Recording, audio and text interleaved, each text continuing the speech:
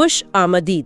آج ہم ایک بہت ہی اہم اور دلچسپ موضوع پر بات کر رہے ہیں، قرآن کریم میں ابلیس کا کردار۔ جی ہاں، ایک ایسا کردار جس کا ذکر بار بار آتا ہے اور جس کی کہانی میں بہت سے سبق ہیں۔ بالکل، تو آج ہم دیکھیں گے کہ قرآن اس کے نام، اس کی سرکشی اور انسانوں کو گمراہ کرنے کے اس کے عزم کے بارے میں کیا کہتا ہے۔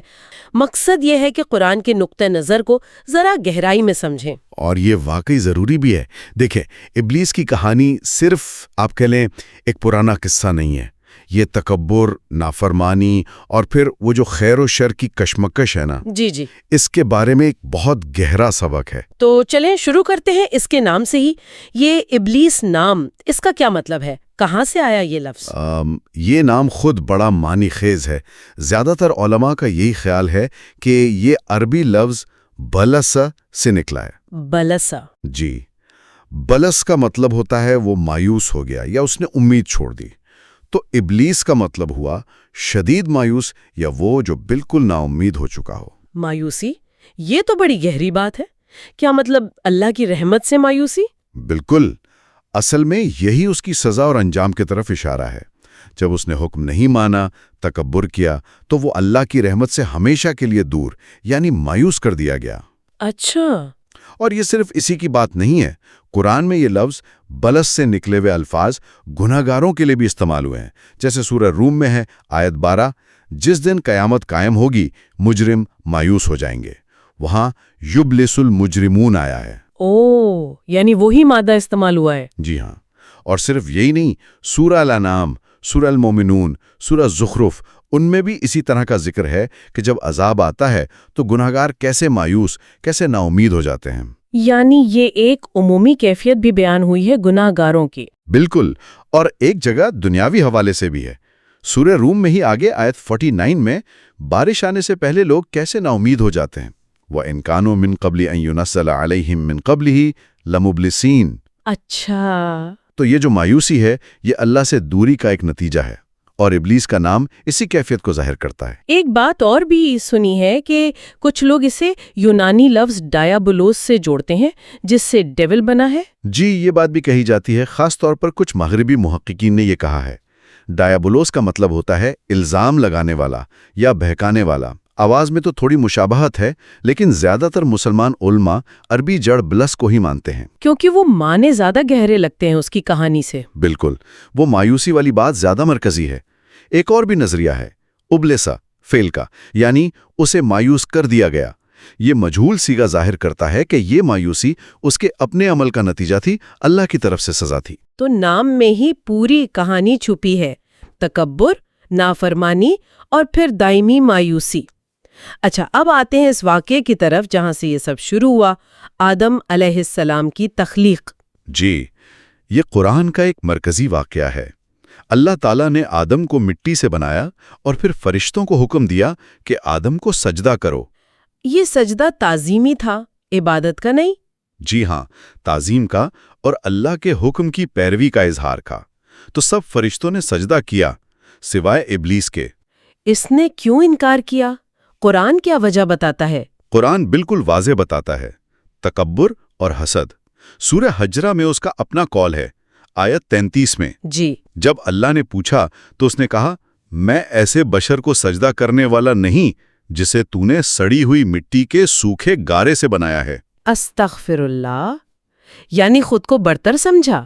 جی، دوسری جگہ سورہ آراف میں وہ دلیل دیتا ہے کہ مجھے تو نے آگ سے بنایا ہے اور اسے مٹی سے۔ تو اس نے تخلیق کے مادے کی بنیاد پر خود کو افضل سمجھا اور اللہ کے حکم کے سامنے اکڑ گیا۔ یہ بہت ہی اہم نقطہ ہے، اللہ کے حکم پر اپنی منطق چلائی۔ بالکل، اور یہی اس کا جرم تھا۔ تو اس نافرمانی کا، اس تکبر کا فوراً کیا نتیجہ نکلا؟ اللہ نے فوراً اسے اپنی بارگاہ سے نکال دیا، لعنت بھیجی، اسے رجیم کہا۔ رجیم یعنی مردود، دھتکارا ہوا۔ دھتکارا ہوا؟ جی، سورہ الحجر آیت 34 اور سورہ صاد آیت 77 دونوں میں آتا ہے، پس یہاں سے نکل جا، بے شک تو مردود ہے۔ یہ اس کے تکبر کا فوری نتیجہ تھا۔ اچھا، جب اسے نکال دیا گیا، مردود قرار دیا گیا، تب بھی اس نے کچھ مانگا اللہ سے؟ ہاں دیکھیں نا، توبہ کرنے کے بجائے، معافی مانگنے کے بجائے اس نے مہلت مانگی۔ مہلت؟ کس چیز کی مہلت؟ اس نے کہا کہ مجھے قیامت کے دن تک زندہ رہنے دیا جائے، مجھے موت نہ آئے۔ سورہ آراف اور سورہ ہجر میں اس کا ذکر ہے۔ اور اللہ نے یہ مہلت دے دی؟ جی، اللہ نے اس کی یہ درخواست مان لی۔ اسے ایک مقررہ وقت تک یعنی قیامت تک مہلت مل گئی۔ لیکن مہلت ملنے کے بعد اس نے کیا کیا؟ یہیں سے اس کی اصل خباثت سامنے آئی۔ مہلت ملتے ہی اس نے قسم کھائی کہ وہ انسانوں کو گمراہ کرے گا، ضرور گمراہ کرے گا۔ قسم کھائی؟ جی ہاں، سورہ ہجر کی آیات 39-40 میں اس کی پوری بات نقل ہوئی ہے۔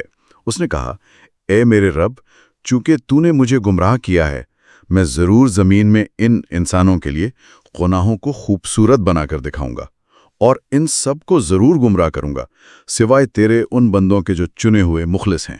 اللہ اکبر! یعنی ایک تو الزام بھی اللہ پر ڈالنے کی کوشش کی، جی، نعوذ باللہ، اور پھر انسانوں کو بہکانے کو اپنا مشن بنا لیا۔ یہ جو اس نے کہا کہ گناہوں کو خوبصورت بنا کر دکھاؤں گا، یہ کیا طریقہ ہے؟ یہی تو شیطان کا سب سے بڑا ہتھیار ہے۔ وہ گناہ کو، نافرمانی کو پرکشش بناتا ہے۔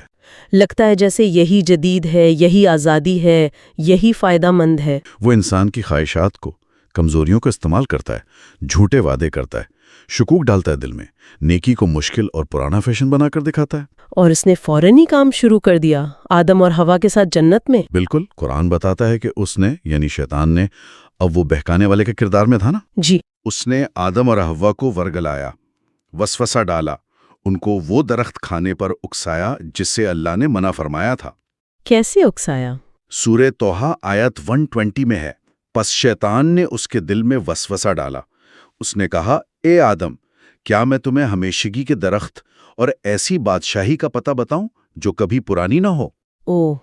ان کی خواہش کو استعمال کیا، ہمیشہ رہنے کی خواہش۔ جی ہاں، اور سورہ آراف میں تو یہ بھی ہے کہ اس نے قسم کھا کر کہا کہ میں تمہارا خیرخواہ ہوں۔ قسم کھا کر دھوکہ دیا۔ جی، تو یہ انسان کے لیے پہلا سبق تھا کہ شیطان کیسے کام کرتا ہے، کیسے جھوٹ، فریب اور نفسیاتی کمزوریوں سے فائدہ اٹھاتا ہے۔ حالانکہ آدم اور حوا نے پھر توبہ کر لی تھی اور اللہ نے معاف بھی کر دیا۔ جی بالکل، اللہ کی رحمت بہت وسیع ہے، لیکن اس واقعے سے انسان اور شیطان کے درمیان وہ دشمنی شروع ہو گئی جس کا ذکر قرآن میں بار بار ہے۔